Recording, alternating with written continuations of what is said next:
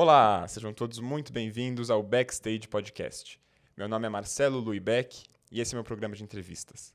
E o convidado de hoje, ele é o presidente do G10 das Favelas, um grupo com as 10 maiores favelas do Brasil que juntas representam um potencial consumidor de 7,9 bilhões de reais.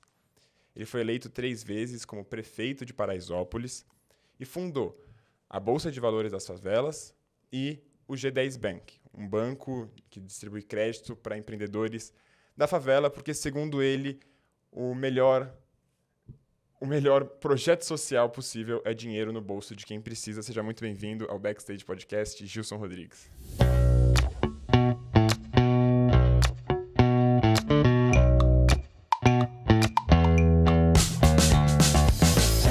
Obrigado, Marcelo. Muito obrigado a todos que estão aqui nos ouvindo. Um prazer poder compartilhar um pouco das experiências das favelas do Brasil e que a comunidade toda possa compartilhar, entender e participar. Gilson, a imagem da favela está muito associada ao subdesenvolvimento do país. Ao mesmo tempo, você olha para o potencial que a favela tem, e para o potencial econômico, e para o potencial que é um lugar que é possível mudar vidas ali dentro. Eu queria entender, o que significa hoje morar numa favela no Brasil? Morar numa favela significa você viver de maneira desordenada, com famílias numerosas, em comunidade, vibrando, sendo até um pouco mais feliz, porque a felicidade interna bruta é medida lá. Então, o FIB, né, a gente tem trabalhado muito essa coisa das pessoas serem felizes e conviverem umas com as outras em comunidade. Mas é também de superar desafios diários, mas também de olhar para aquilo neste momento que a gente tem. Durante muito tempo, a favela foi colocada nesse papel de violenta e marginal e tal, mas nós estamos buscando um novo olhar a partir de agora. De um olhar de organização, de potência, de que sabe o que quer, de que não quer viver de doação, mas que precisa de investimentos para transformar a sua vida. E a gente descobriu, através do empreendedorismo e do potencial de consumo, uma grande oportunidade de transformar a vida das pessoas lá. Porque, apesar de a gente estar nesses bolsões de pobreza, essa pobreza acumulada, ela consome. Eu não estou pelado, eu visto roupa, eu como, eu bebo, eu consumo, eu sou gente.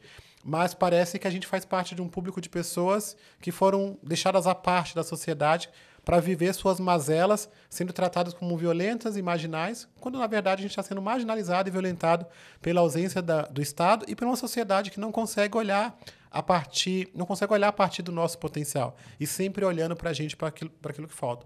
Então, morar hoje numa favela representa ter que resistir todos os dias contra os preconceitos, contra a ignorância, contra a falta de política pública e, ao mesmo tempo, trabalhar para construir uma vida melhor. A minha família veio da Bahia e nós viemos para cá com muitos sonhos, mas o sonho principal era ficar rico. É lá estilo sonho americano, né? Não todo mundo quer ir para os Estados Unidos para ficar rico. Então, as pessoas vêm para São Paulo ou para as grandes capitais para ganhar dinheiro. E aí descobrem que não é simples assim, que é desafiador e, por vezes, passam mais dificuldade do que passava na sua terra natal. Então, esse sonho precisa ser resgatado. Mas diziam para a gente que a gente é predestinado a dar errado, que a gente não tinha um futuro incerto, predestinado a ser violento. E o G10 Favelas propõe um novo olhar, uma construção de uma favela financeiramente ativa, que transforma a vida dos seus moradores e que, através do exemplo, impulsiona políticas públicas para transformar a vida de 20 milhões de pessoas que vivem na favela. Então, vamos falar um pouquinho sobre esses projetos, porque, de alguma forma, vocês estão tentando ressignificar e realmente mudar na prática a vida das pessoas que moram na favela. Quais são os principais projetos que vocês desenvolvem e como que a vida das pessoas está mudando a partir deles? O principal projeto e a missão do G10 é a busca da construção deste novo olhar, porque a forma como as pessoas nos enxergam, nos ajudam ou nos atrapalham. Então, a gente está buscando mostrar um olhar em que a gente não se define pelo aquilo que falta, mas se define pelo aquilo que tem. Então, a partir disso, nós vamos olhando oportunidades no que está faltando para criar soluções para os problemas que existem na favela. Hoje, dentro do Hub do G10, nós temos 48 iniciativas das mais diversas: logística, construção civil, agro, alimentação, varejo. Então, são diversas iniciativas que estão aí nascendo e se escalando em diversas comunidades no Brasil inteiro e dando resultado financeiro. O G10 ele atua de ponta a ponta, né? Então, a gente trabalha à frente assistencial. Então, eu dou o peixe, mas eu ensino a pescar, eu fabrico a vara, eu ensino a vender a vara. Então, eu vou criando uma plataforma em que você consegue ter essa transição.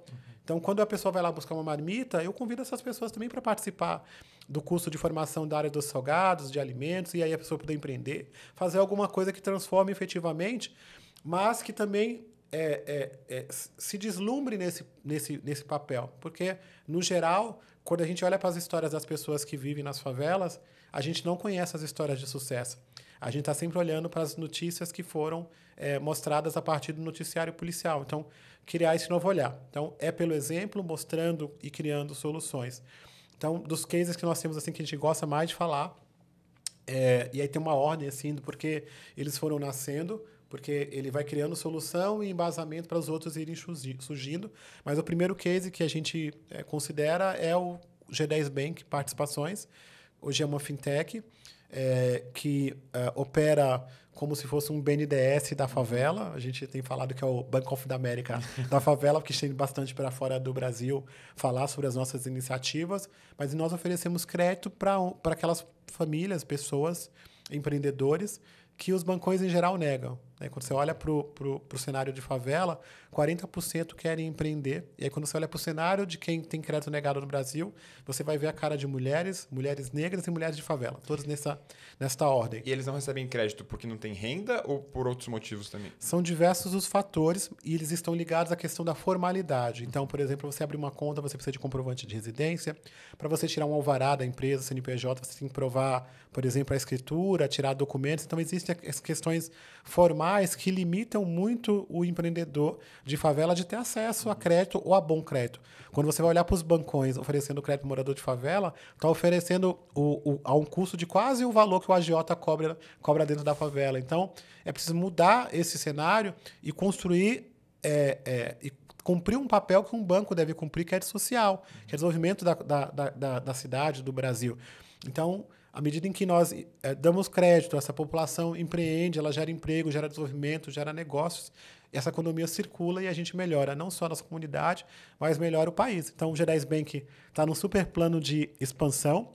Nós inauguramos nesse trimestre a primeira agência física do G10 Bank e nós estamos prestes a comemorar 5.000 contas abertas. Então, vamos fazer essa comemoração agora no mês da mulher.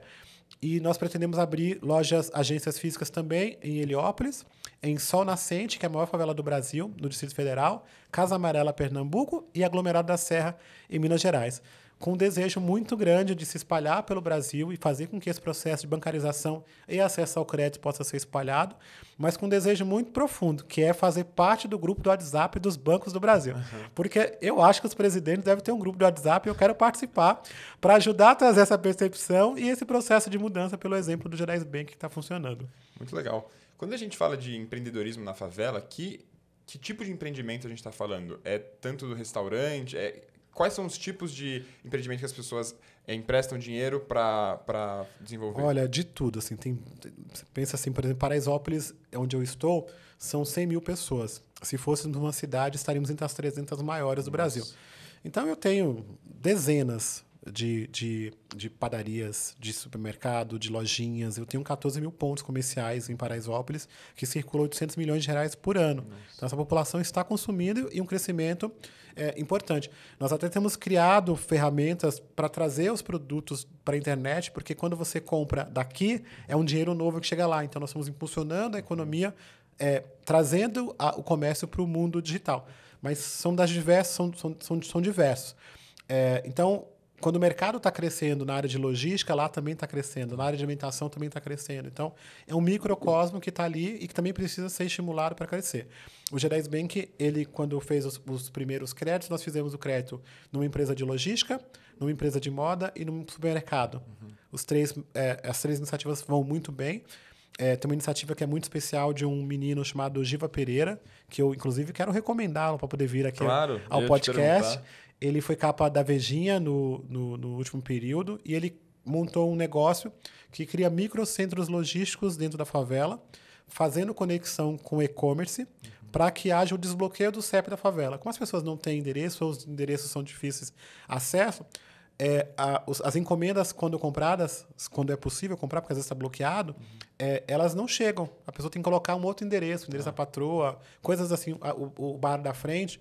E com a criação do microcentro, ela chega no microcentro e o próprio morador faz a distribuição diretamente na residência. Hoje essa operação já está em 3 estados, tem 250 pessoas atuando e tem um faturamento que foi de 15 milhões no ano passado. Nossa. Então, é uma iniciativa simples, que traz cidadania, que traz direito de você poder comprar na internet e receber na sua casa como todo mundo.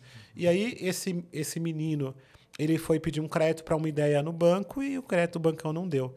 Então, nós oferecemos esse crédito para ele na época de 15 mil reais e hoje a gente está para pedir crédito para ele, para emprestar para mais gente. Então, são experiências que nós olhamos que são atreladas à necessidade, mas também uma grande oportunidade de negócio, porque está faltando esse serviço lá. E é um projeto altamente escalável. Nós acreditamos que a Favela Brasil Express ou o G10 Bank pode ser o primeiro unicórnio de fato da favela, pelos números e os resultados que estão acontecendo. Então, estamos trabalhando bastante para rapidamente conseguir escalar e levar essas iniciativas para o Brasil inteiro. Muito legal. Você falou um pouco sobre como Paraisópolis é um microcosmo, né? Quase como se fosse uma cidade dentro de outra cidade, né? Sim. É comum, você, por exemplo, foi eleito prefeito de Paraisópolis 3 vezes. É como se fosse realmente um estado dentro de um estado. Tem normas próprias, tem regras próprias. Como que funciona esse governo dentro da favela e como que é a relação desse governo com o governo externo, né? Como que funciona essa relação da cidade dentro da outra cidade? Ao longo do tempo, os governos buscaram criar uma política de apartheid nas favelas, criando muros invisíveis que separavam os bairros da favela, criando uma situação em que a população ficava esquecida, sendo olhado como violenta e marginal, porque eu não sonhei em morar na favela, eu não sonhei em morar em cima do córrego, eu não sonhei em passar dificuldade durante as enchentes, eu vim para São Paulo para ficar rico, para dar educação para os filhos, para ajudar aqueles que ficaram lá na Bahia. Então, o processo ele foi um processo de abandono concretamente, né? E a gente acabou tendo que buscar ferramentas para que a gente pudesse resistir a esse processo. Mas não como um governo paralelo. Essa coisa do governo paralelo nos coloca numa condição de separação e não é a qual nós queremos participar. As favelas fazem parte da cidade. Essa política de conter e de esconder, que às vezes eles fazem, de construir aqueles prédios na frente, esconde atrás, ela está incorreta e já está sendo revista, e nós também estamos questionando esse processo, mostrando que não existe uma cidade linda com Paraisópolis feia. Não existe um bairro legal com uma favela ruim. Então, nós estamos sempre buscando esse processo de integração e quando há qualquer processo de governança que seja violento, é ruim. E que nós temos trabalhado para que a comunidade seja uma comunidade aberta, né? Os bairros livres, a Islã. Então, a gente tem buscado e trabalhado, falado muito sobre a questão de urbanismo, de como a gente consegue integrar a cidade, de como as pessoas conseguem buscar esse novo olhar.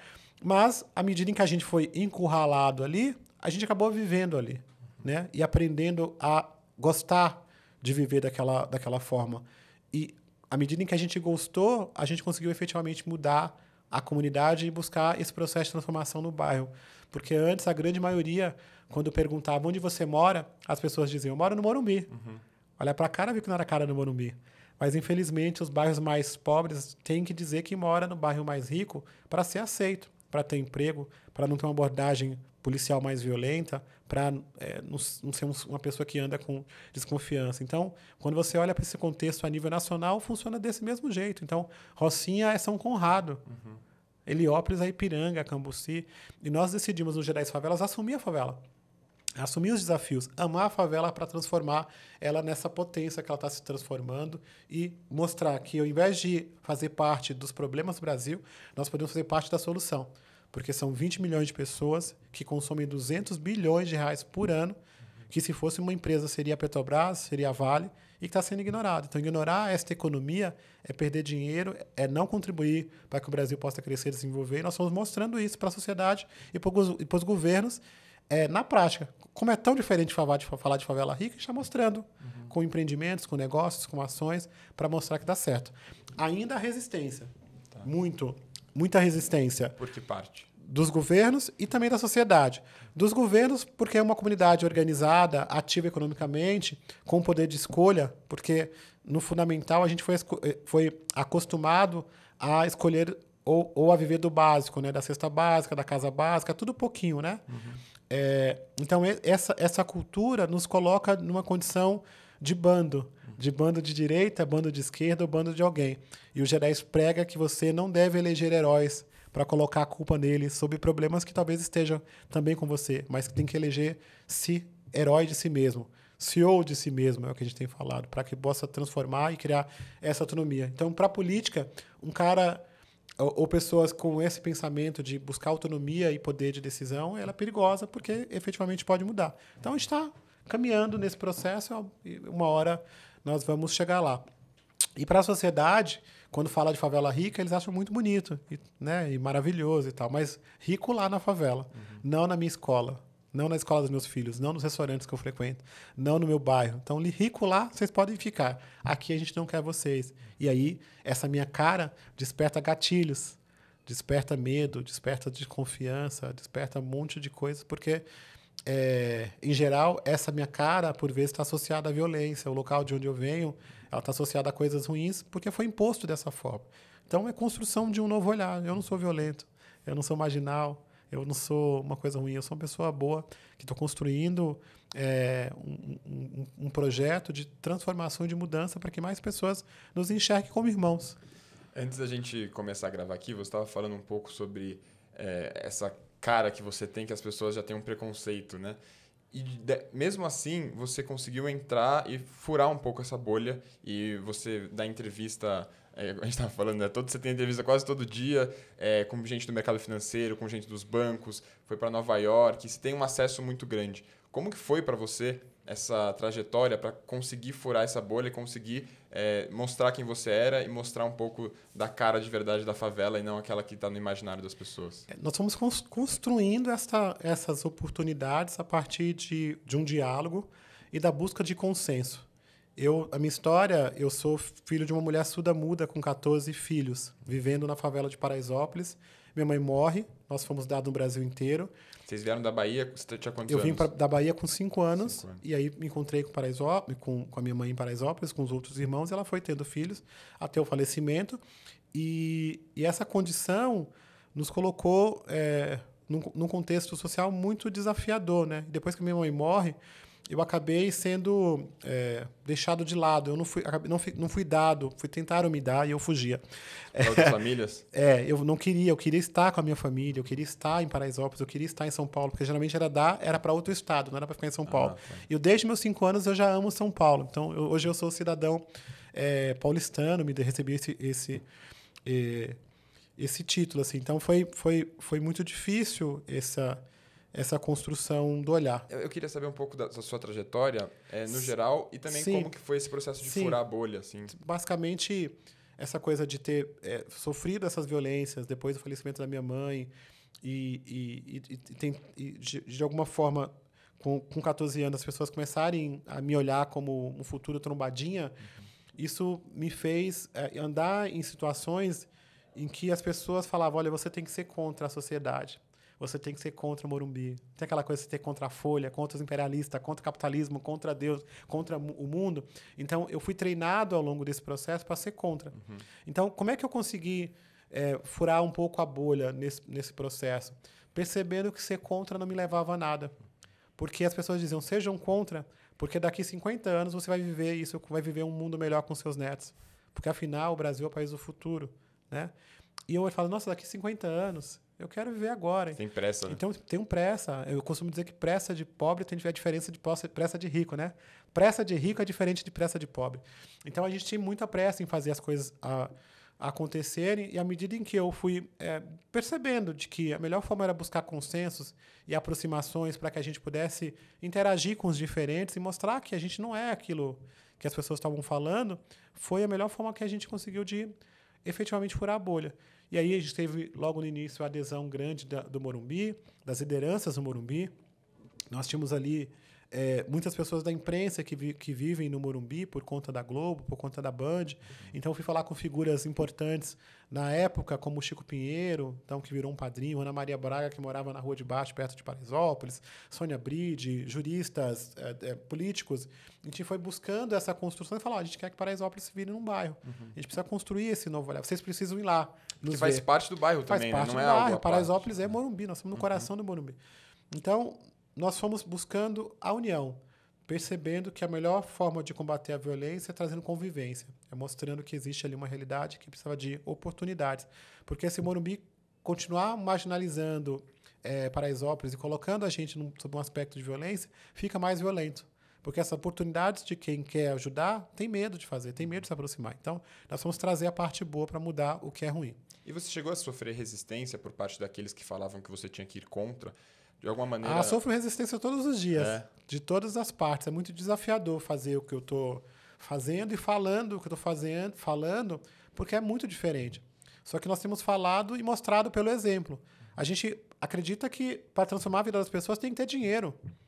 Qualquer outra coisa é importante e é necessário, mas eu quero poder ter dinheiro para escolher a escola que eu quero estudar, a comida que eu quero comer, se eu quero morar na favela ou não, eu quero poder ter independência. Então, eu tenho buscado falar isso na condição de quem tem efetivamente vivência e experiência na prática de como fazer.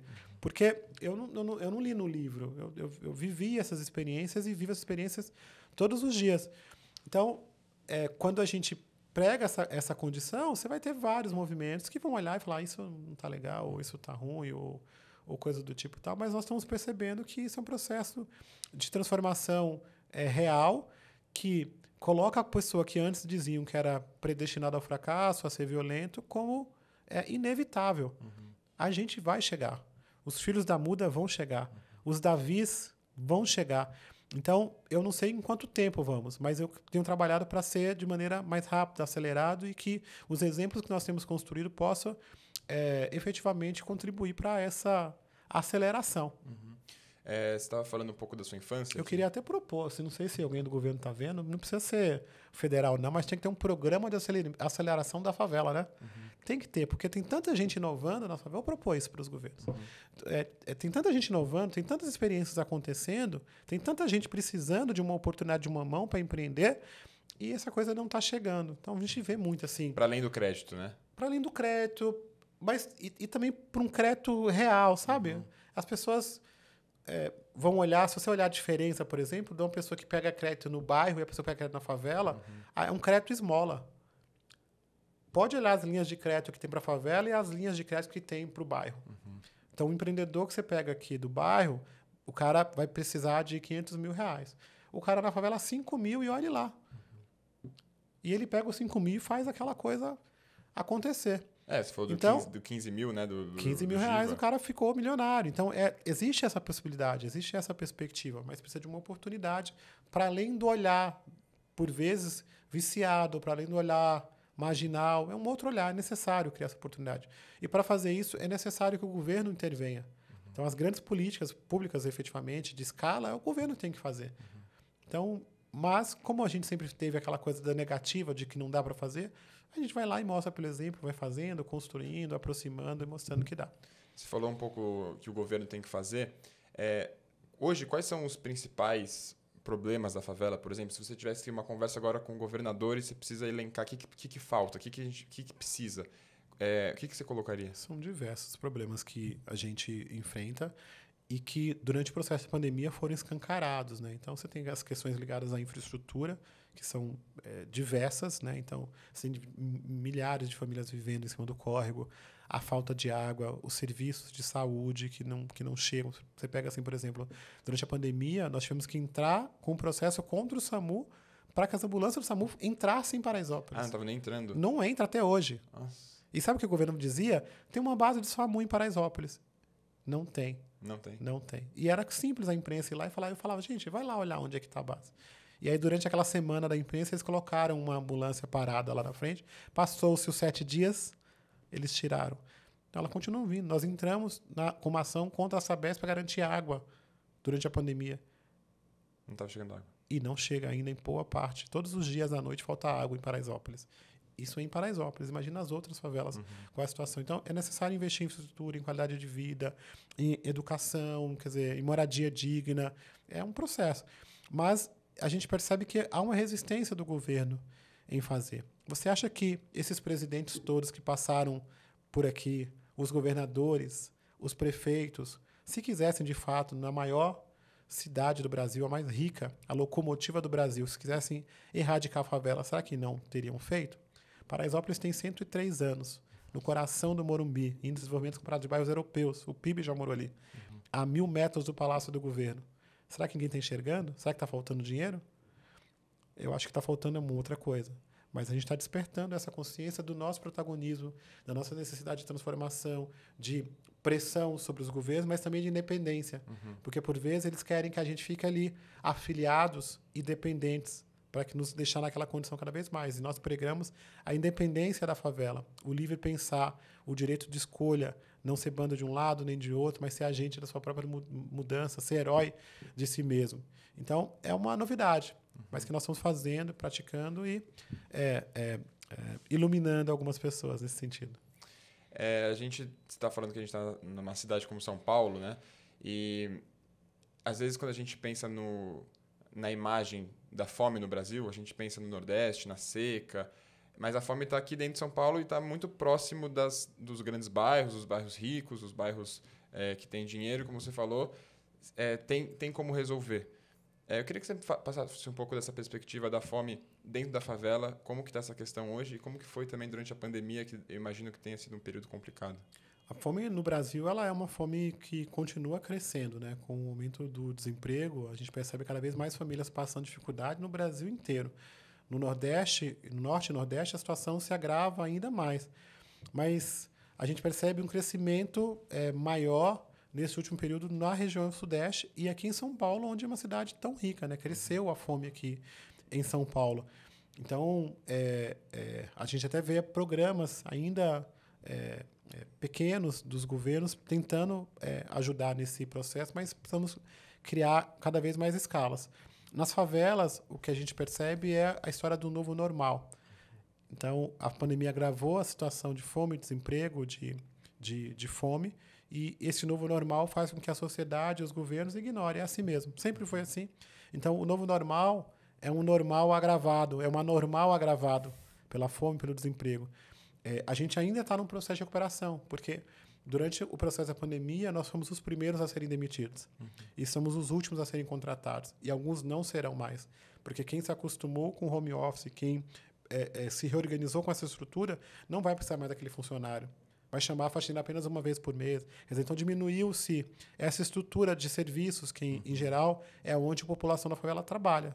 Em Paraisópolis, 79% da população trabalha na área de serviços, que é ali nos condomínios, porteiro, zelador, motorista, babá.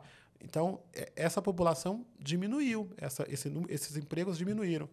E a gente percebe que isso aconteceu no Brasil inteiro. Então, é necessário um novo up para que esse novo normal represente comida na mesa, emprego, acesso à educação, represente um Brasil melhor. Disseram que isso ia acontecer, passada a pandemia. Infelizmente, pode acontecer de novo e a gente não se preparou. No geral, você sente que, desde que você era menino, que você chegou em Paraisópolis, até hoje, a situação da favela ela tem melhorado? Você vê que é uma evolução? Ou é como se fosse uma montanha-russa que horas está melhor, horas está pior? E se essa evolução tem a ver com o governo ou tem mais a ver com as iniciativas próprias de quem está lá dentro, como você, por exemplo? Eu acredito que existem oscilações em momentos em que a favela tem mais oportunidades. Isso também está ligado à questão política ou a governos que entram ou que saem. Aí, quando sai, perde-se um pouco disso. Mas eu acredito que existe um pouco de legado quando isso acontece. Então, por exemplo, houve um fenômeno no Brasil que Paraisópolis foi retrato deste novo Brasil, que foi a nova classe média. Lembra? Foi muito divulgada a nova classe média. E a gente aproveitou esse momento para trazer os bancos para dentro de Paraisópolis, trazer as empresas do varejo, trazer o comércio, e estão lá gerando emprego. Né, nós temos, foi importante esse processo e isso não volta, não retrocede mais, porque esses bancos e empresas estão ganhando dinheiro lá e se está ganhando dinheiro não vai sair. Mas ainda é muito lento esse processo. E o que tem ajudado a estabilizar? é essa favela empreendedora, essa favela que percebeu que a gente está num cercado por muros invisíveis e esses muros, para a parte de dentro, você pode criar comércio, você pode empreender, você consome. E a gente tem cada vez mais estimulado com que essa população possa consumir, morar, trabalhar dentro da própria comunidade. Nós queremos uma comunidade sustentável. Então, nós temos buscado em Paraisópolis construir um cenário onde 50% da população trabalhe, more e estude dentro de Paraisópolis. É interessante que as pessoas fiquem por lá. É interessante que a economia possa circular ali, isso vai gerar desenvolvimento e transformar Paraisópolis num bairro. A gente não quer que as pessoas fiquem isoladas ali. Mas que não dependa de algo mas que a gente possa ter autonomia e poder ficar independente de fora, né? Esse fenômeno da nova classe média, né? Foi quando chegou, por exemplo, a Casas Bahia para Paraisópolis, né? Conta um pouquinho como que foi esse momento. Você, na época, era o prefeito de Paraisópolis. Como que foi assim, essa negociação com o dono da Casas Bahia, com os bancos, para trazer esses empreendimentos para dentro da favela? Foi dentro do processo da associação, da qual eu era o presidente, existe um processo eleitoral, né? Então, lá tem uma eleição de bairro, assim, parece uma eleição de uma cidade. Eu até brinco assim... Com cédula, assim? Com cédula e tudo, chapas, 14 pontos de votação, foi uma coisa... É bem intenso ali o processo, então é uma eleição bem disputada. E as chapas têm que apresentar propostas, né? E durante as propostas que eu apresentei a vinda de comércios, de empresas, de banco. Eu coloquei lá trazer um banco para Paraisópolis. Então, a gente fez um plano de governo. E dentro do plano de governo estava lá trazer uma loja Casas Bahia, um banco para Paraisópolis, melhorar o comércio e tal. Então, isso foi uma proposta entregue do mandato. E como aconteceu? Basicamente, o da Casas Bahia foi muito interessante porque foi espontâneo. Eu encontrei o seu Samuel Klein num evento e eu falei para ele, o dono da Casas Bahia, já falecido, e eu perguntei para ele, por que o senhor não monta uma loja de Casas Bahia em Paraisópolis? Eu já tinha bebido naquele dia, era uma festa na Casa da Fazenda, eu acho. E aí ele falou assim, arruma o lugar que eu monto. Uma coisa assim. E aí, depois de um ano, nós inauguramos essa loja, foi bem especial. O Bradesco, eu fui falar com o seu Trabuco, com o seu Pancini, e montamos o Bradesco. Depois fui falar com o Jesus, que era o presidente do Santander na época, montamos o Santander, Caixa, Banco do Brasil, e fui falando com os CEOs dessas grandes empresas e falando, olha, se você montar aqui, você já vai ter um público consumidor e vai melhorar as condições de vida da favela, gerando emprego, gerando oportunidades e tal. Então, hoje a loja ela é consolidada, é uma das que mais vende no Brasil, top 10. Mesmo? Top 10 do Brasil. Você pode puxar os relatórios aí. E muitas empresas querendo estar em Paraisópolis, mas nós temos um problema ali de fundiário, né? De que o terreno é estritamente residencial, algumas áreas são áreas de ZEIS, que só pode construir para moradia de interesse social. Então, é necessário até fazer um processo de mudança. A gente tem um fundo que comprou um terreno importante ali para fazer um shopping dentro de Paraisópolis, que é poder desagregar essas marcas todas. É um investimento bem alto, mas que não consegue executar a obra porque a lei não permite. Quantas pessoas você falou que moram lá? 100 mil pessoas. É uma cidade mesmo. Mais de 100 mil pessoas. Se fôssemos uma cidade, estaríamos entre as 300 maiores do Brasil. E que continua crescendo, para cima, principalmente. Está crescendo para cima? É vertical, porque não tem mais espaço para crescer para o lado. Tem prédiozinhos? Assim? Muitos prédios. É mesmo? Muitos prédios. A imagem que a gente tem da favela não necessariamente a imagem de uma cidade, né? Quando se olha de fora, você olha aquelas casinhas, você acha que são pequenas casinhas com pessoas morando numa comunidadezinha, mas é como se fosse uma estrutura grande o suficiente para ter sua economia própria, para ter seu prefeito e tal. Como que você chegou até esse cargo de prefeito lá? Como que você foi conhecido? O que você começou a fazer para chegar nesse patamar de ser conhecido pela cidade de Paraisópolis?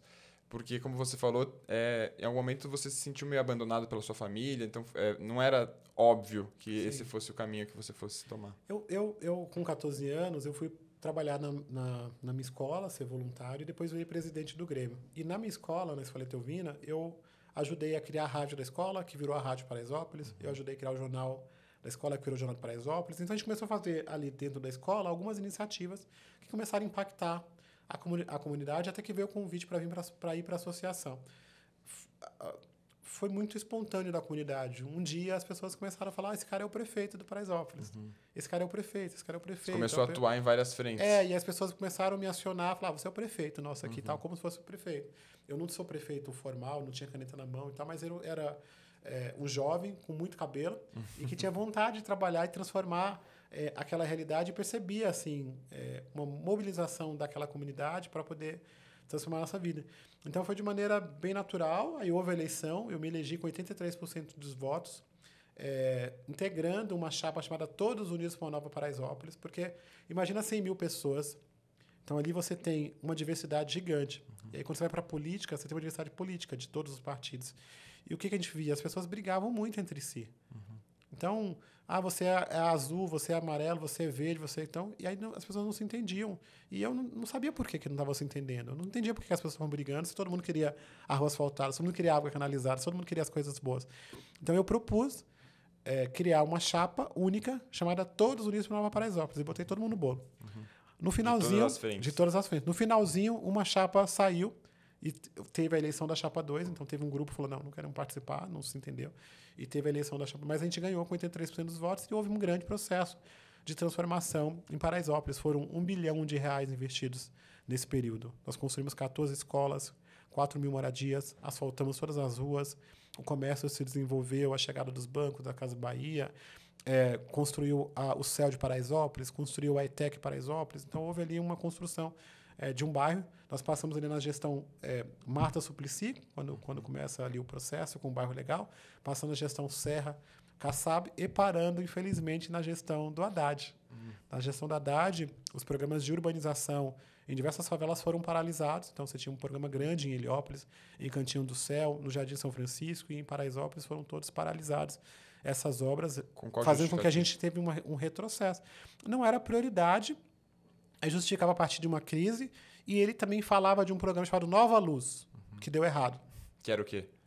Uma nova luz. Era aquela coisa de melhorar o centro, das pessoas irem para o centro, que é um projeto antigo, mas, na verdade, não aconteceu. A gente vê o centro sendo cada vez deteriorado, os planos não acontecem com agilidade. A gente está vendo até agora o governador de São Paulo dizendo que quer mudar as autarquias lá para o centro, para ver se dá uma movimentada, diminuir a violência, mas você tem ali Cracolândia, você tem uma situação e uma sensação de insegurança muito grande, fazendo com que as pessoas tenham medo.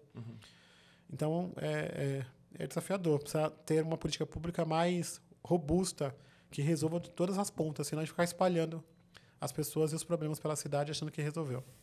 No seu Instagram, você se coloca numa descrição, você coloca como apartidário. Apartidário eu vou botar, não sou candidato, porque o que tem de gente falando e procurando ou pedindo, achando. Então, todos os anos de eleição, já há uns 4, 5 anos, eu sou boicotado. Então, pela imprensa. Por isso estou gravando os podcasts tudo agora, né? Porque depois eles não me convidam mais. Porque eles acham que eu vou ser candidato ou coisa. Mas eu não pretendo ser candidato, não quero ser candidato. Eu acho que a experiência política partidária é importante e válida, mas que eu acho que o meu caminho está se construindo a partir de uma outra realidade, de uma outra frente de mobilização, de um aspecto de empoderamento econômico, social.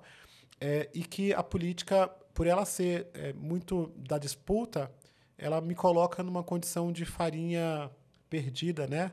Não tem aquela coisa assim do saco, todo mundo no mesmo saco. Tem um ditado, eu não me recordo agora, mas é farinha do mesmo saco. E eu não quero fazer parte dessa farinha do mesmo saco. Eu quero ser uma farinha diferente para poder criar uma perspectiva de uma renovação ou de um processo de mudança efetivo. Então, um dia, quem sabe... né? Se me deixarem, quem sabe eu posso ser presidente. Né? Presidente de rua, eu falo presidente de rua. Você falou que quando você foi candidato para prefeito de Paraisópolis, tinha gente de todas as bandeiras, né? Sim. E você conseguiu... É uma eleição informal, você sabe, né? Sim, mas o fato de você se colocar como apartidário e se colocar como sem abraçar uma bandeira específica, você acha que te dá acesso a mais oportunidades para trazer para a favela? Você mesmo falou de vários prefeitos de diferentes partidos que fizeram iniciativas nas favelas ou pararam com as iniciativas nas favelas. Você não ter uma bandeira faz com que seja mais fácil esse diálogo? Eu acredito que você ter uma autonomia, uma independência a partir do trabalho que você faz te permite poder ter acesso a todas as pessoas. Então, em geral, eles nos colocam numa condição de vício, né? Então, tem muitas lideranças viciadas em trabalhar nos gabinetes, ou receber comissões, ou contribuições, ou doações. Existe uma cultura que é aquela cultura ainda de dar a dentadura, ou de fazer uma contribuição, e isso faz com que, por vezes, essas lideranças fiquem marginalizadas ou submissas àquela situação, ainda que não estejam satisfeitas. Então, se a rua não está asfaltada, como eu sou do lado do prefeito, eu não falo nada. Se a situação não for e eu gosto do governador, eu fico quieto. Então, isso é ruim para a comunidade. A gente deveria ter a liberdade, a independência de poder falar. Eu sofri muito essa coisa de... Quando eu falava que o SAMU não entrava em Paraisópolis, eu recebia ligação, você está falando mal da prefeitura. Eu não estou falando mal da prefeitura, estou falando que o serviço do SAMU não entra na favela. Não teve água não tem água, falta água em Paraisópolis. Eu recebi ligações até de ameaças porque eu estava falando mal do governador. É mesmo? E eu não estava falando mal do governador, estava dizendo que não tinha água e não tem. Ainda falta água todos os dias em Paraisópolis, porque eles tiram a pressão da água. Então, precisa resolver esse problema. Só que, por vezes, as lideranças, quando vão lá e reclamam sobre suas pautas, suas melhorias, elas são marginalizadas, tratadas como oposição, tratadas como isso, como aquilo. Tá? O pessoal do contra. E aí há a sabotagem, há os cancelamentos. Né? Deixa a pessoa lá, não faz nada lá, não. Deixa ele lá reclamando. Então, isso acontece muito. Então, a política faz um pouco isso, né? De querer... às vezes transformar uma pessoa que é boa, que só quer melhorar o bairro, numa pessoa ruim.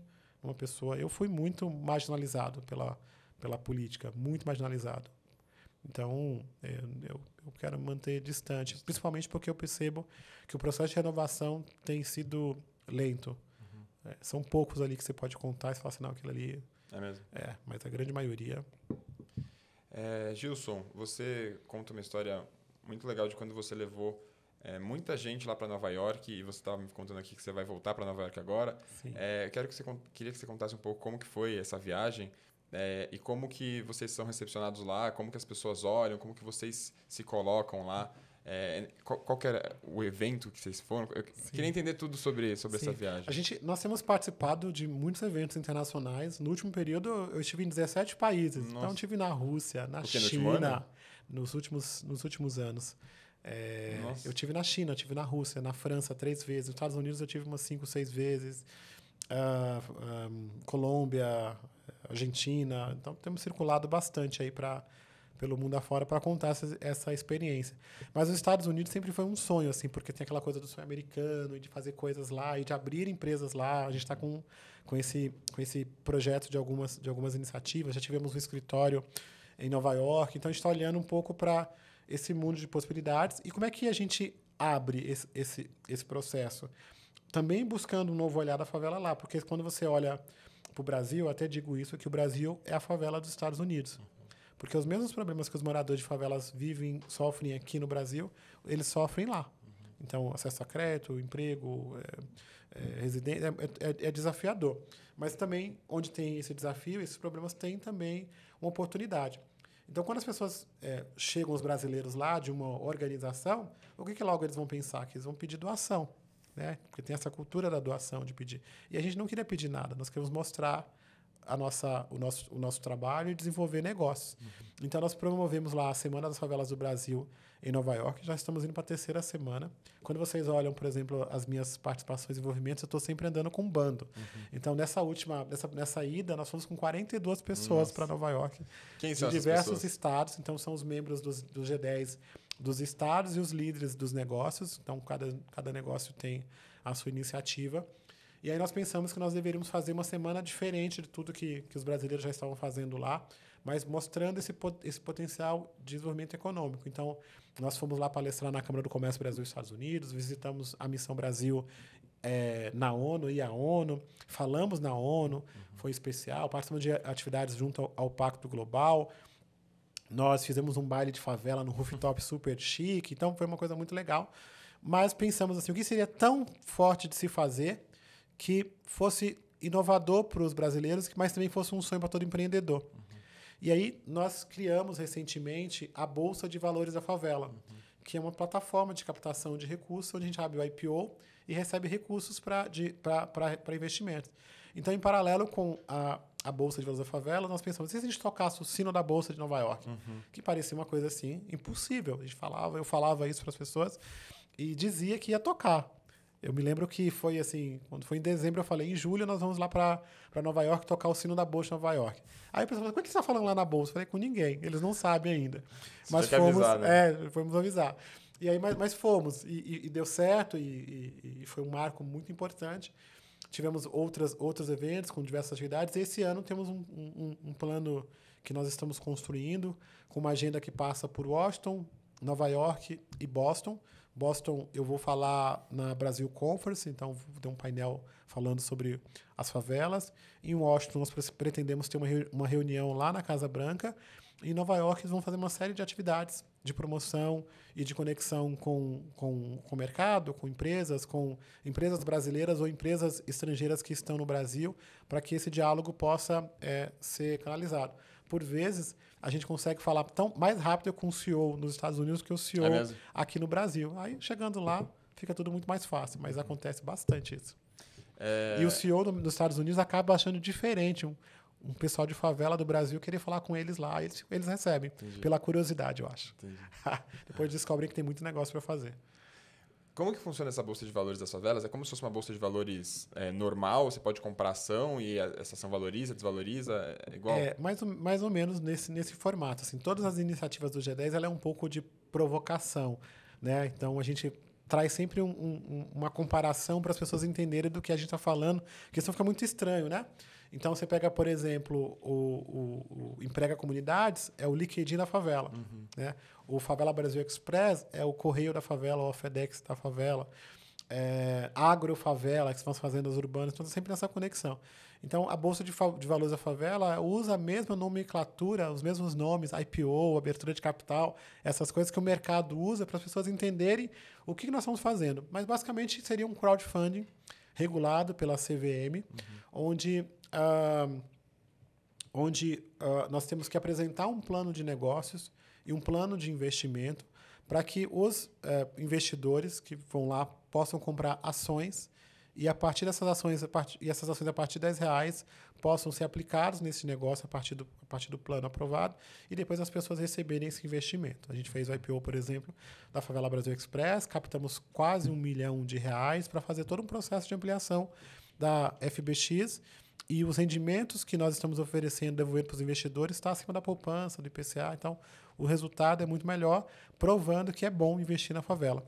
E aí ela nasce a partir de de um outro problema. Então, a gente busca sempre resolver os problemas que existem na favela, que foi o problema dos investidores.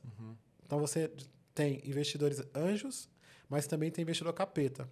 E aí, quando a gente descobriu que tinha investidor capeta, a gente falou, bom, tem que achar uma solução. E aí, a Bolsa de Valores da favela surge nesse contexto, porque, por vezes, a gente tem muito investidor dito anjo que quer roubar a nossa ideia ou oferecer um dinheirinho e levar uma grande parte da empresa, fazendo com que esse empreendedor seja, na verdade, funcionário dele. Então, é criar um modelo e um processo de mudança efetivo que seja bom para quem é da favela.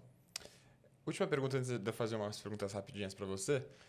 Agora, do lado de comunicador, da comunicação, como que você... Desde sempre você falou assim? Você falava bem? Você falava em público? Como que é isso? Eu não sei se eu falo bem, não. Em geral, eu sou bastante tímido e eu acho que até gaguejava um pouco. Estou melhorando um pouquinho. Eu sou filho da muda, né?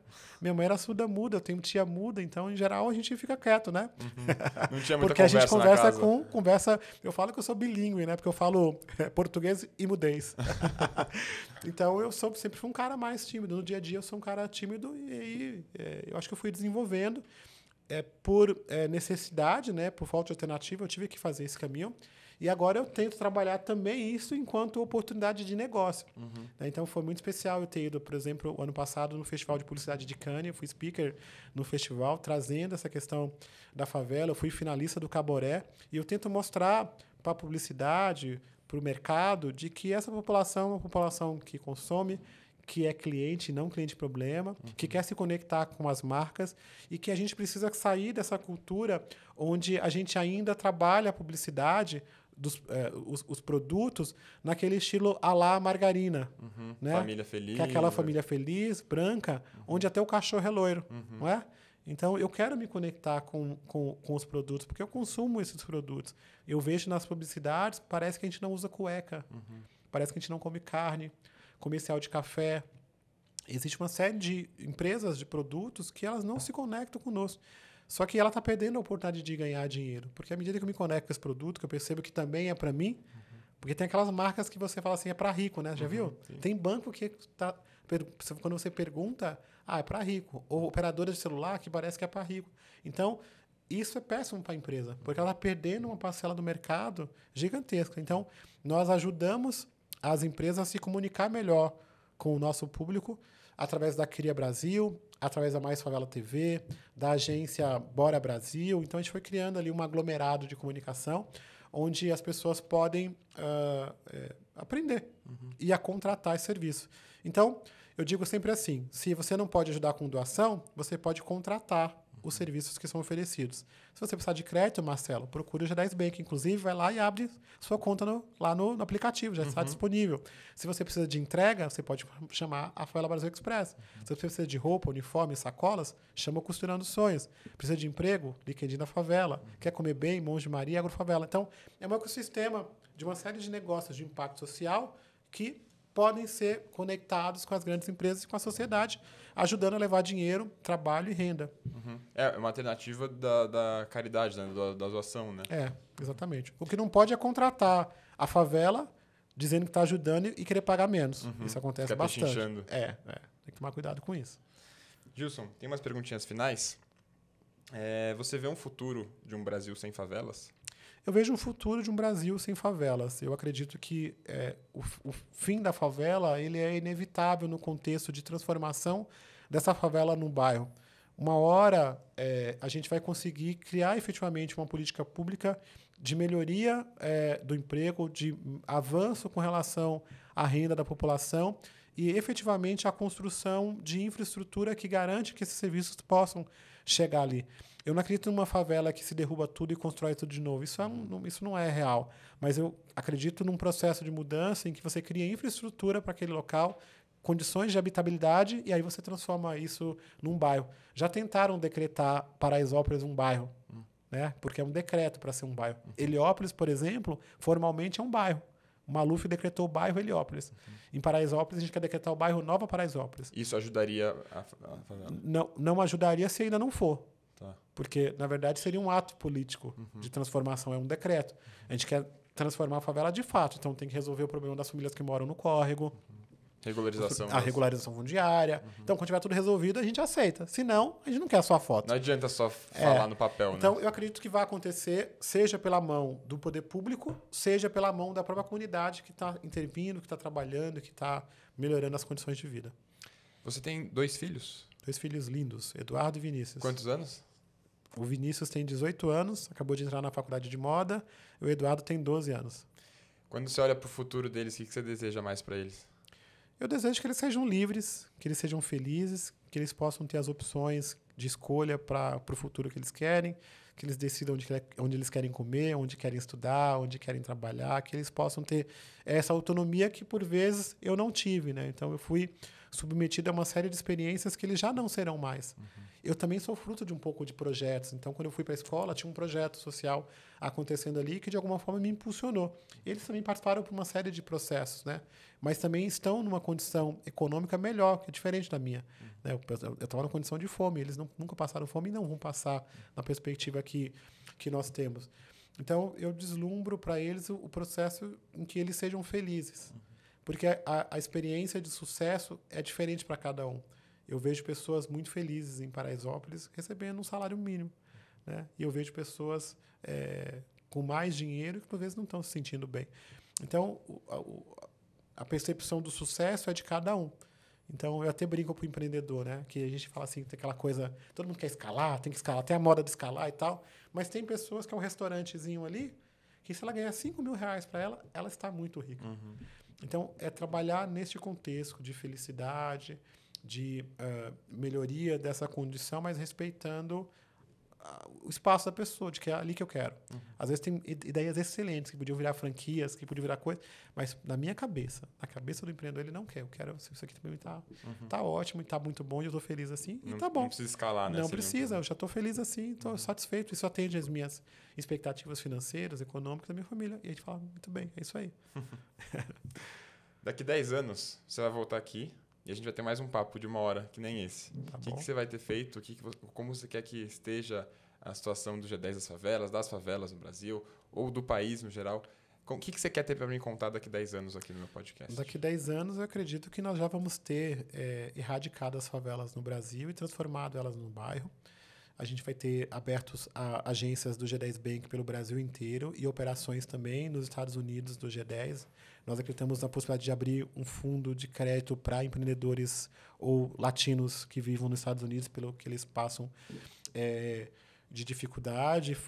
A infraestrutura vai ter chegado em todos os espaços e essa coisa de muros invisíveis, de separação, de alguma forma de apartheid, ela vai estar muito mais bem resolvida, porque as pessoas vão ter condições e o poder de escolha. Eu tenho sentido isso, assim, e eu acho que ela vai acontecer. Mas ainda tem um desafio de fazer com a primeira. Por vezes, a gente vê Paraisópolis, Heliópolis ou as 10 maiores, Rocinha, sendo vista como, por exemplo, muito bem atendidas. Mas elas não são muito bem atendidas. A gente tem uma população gigantesca, que se fosse uma cidade, seria uma das maiores cidades do Brasil. Então, esses lugares precisam consolidar o seu programa e o seu processo.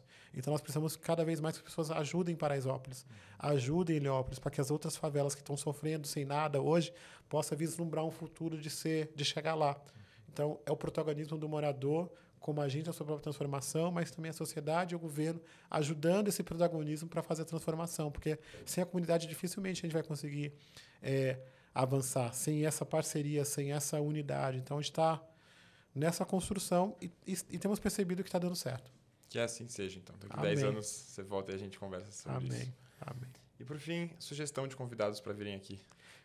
Olha, tem muita gente legal que podia vir aqui para falar sobre diversos temas de favela e não favela. Eu, por exemplo, tenho uma menina super legal chamada Aline, que ela criou um fundo chamado Fundo Agbara, que é um fundo para mulheres negras que está muito legal. Então, acho que vale a pena muito trazer essa pessoa.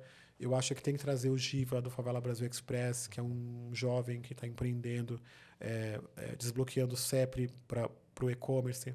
Também temos uma experiência muito interessante de moda com 2 empreendedoras, uma maranhense e outra paraense, da Ilha do Marajó, que, depois de um processo de violência, elas foram empreender na área da moda, já foram para Milão, lançar a coleção na Milão, foram para São Paulo Fashion Week, foram falar na ONU, foram contratadas recentemente para falar em Harvard. Então, é uma experiência muito legal da Costura dos Sonhos, que eu acho que vale a pena fazer. E já que temos aqui o Beck, né, eu acho que vale a pena trazer a Rejane, que é do LinkedIn da Favela, para compartilhar essa experiência de como a gente está conseguindo trazer essa percepção de que existem profissionais qualificados na favela e que as empresas estão olhando no lugar errado para essa conexão. Muito bom. Depois você me passa os contatos dessas pessoas para eu ter acesso mais fácil. Muito bem. Gilson, muito obrigado pela entrevista. Muito obrigado pelo papo. Foi muito bom. Muito obrigado por ter aceitado. Sei que sua agenda também tem um monte de coisa, então achou um espacinho pra gente. Obrigado a vocês pelo convite. Como as pessoas podem te seguir, te achar nas suas redes sociais? As pessoas podem me seguir através do Instagram, @GilsonRodriguesBR, ou no G10, @G10 Favelas, e indo até o G10 Favelas. Nós estimulamos muito que as pessoas possam ir lá conhecer, então quero aqui deixar o convite para você e para vocês que estão assistindo, para que possa ir lá no G10, Onde fica? conhecer essas iniciativas todas que estão lá em Paraisópolis, num pavilhão. Todas as iniciativas estão num lugar só. A gente é conhecido como Vale do Silício da Favela, então estamos construindo essa unidade ali. Então vale a pena ver aquele milagre que está acontecendo lá e constatar tudo que eu falei aqui como uma verdade. Muito bom. Curtam, então, compartilhem. Sigam também @Marcelo Beck, @Backstage Podcast. E é isso. Obrigado, Gilson. Obrigado. Valeu.